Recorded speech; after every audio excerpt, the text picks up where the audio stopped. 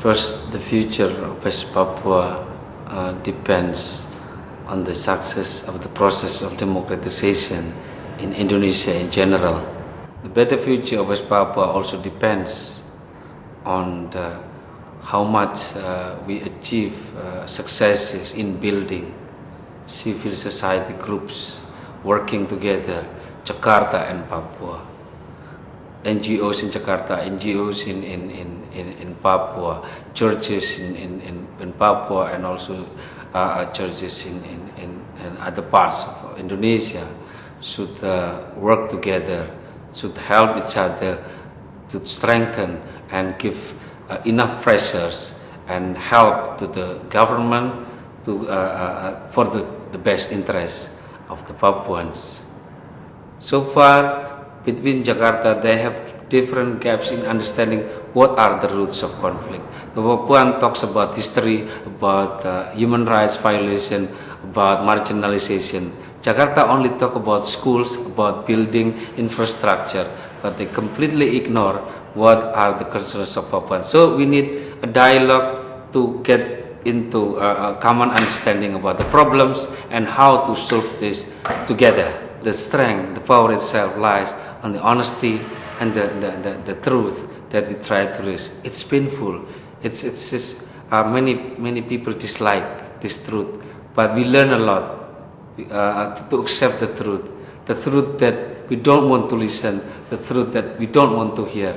But I think the government will learn a lot. They don't like it, but they will learn how to accept the truth and try to be sympathetic to the sufferings of the Papuans.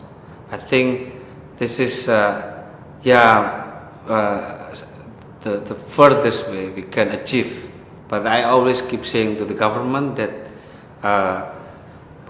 do what you can afford for the best interest for the Papuans, and also talk to the Papuans. Try to strengthen yourself, improve your leadership, respect your own leaders, and then you will have more bargaining positions before the central government. And most important of all is the dominant separatist paradigm. Separatist paradigm is a way of thinking, the mindset, which grows more than 40 years between Jakarta and Papua. The Jakarta always thinks that Papuan have a strong tendency to be separatist, always distrust, always suspect any Papuan leaders that they have in their heart of the demands of independence and will secretly try to work for it. Even the governor, even the parliament leaders, and their very strong suspicion to Jakarta, to Papuans. But on the other side, we have also the Papuans who always think any bad things happen in Papua, it is because of Indonesian government policy. You have problem of HIV/AIDS. The Papuans, many Papuans think that this is designed by Jakarta. Jakarta has sent prostitutes to make Papuan suffer from HIV/AIDS, and a lot of examples showing suspicion, but also a kind of culture of terror, a culture which grows for more than 40 years of violence, of the fear, of the intimidation, which strengthens and builds the wall between Jakarta and Papua. So we have distrust, very deep distrust between Jakarta and Papua.